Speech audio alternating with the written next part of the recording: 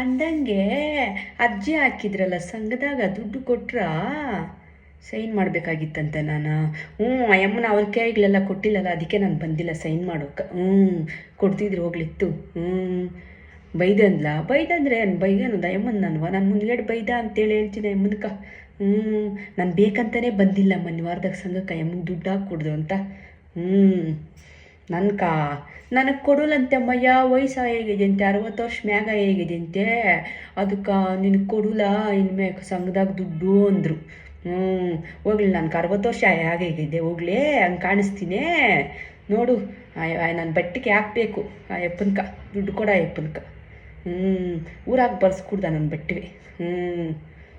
ಸರಿ ಹೇಳಾಯ್ತು, ಬಾ ಮಂತ್ಯಾಕೆ ಬಿಡುವಿದ್ರೆ.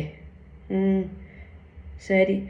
ಚೆನ್ನಾಗಿ ತಿನ್ನು, ಅವಳು ಕೊಟ್ಟವಳಲ್ಲ ಅವ್ರಿಗೆ ಇಲ್ಲ, ಚೆನ್ನಾಗಿ ತಿನ್ನು.